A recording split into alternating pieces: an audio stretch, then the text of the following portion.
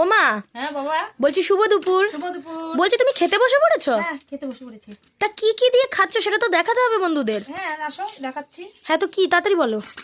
সাদা ভাত তো জানোই। হ্যাঁ, সে তো আছে। এটা তেল বেগুন করেছি।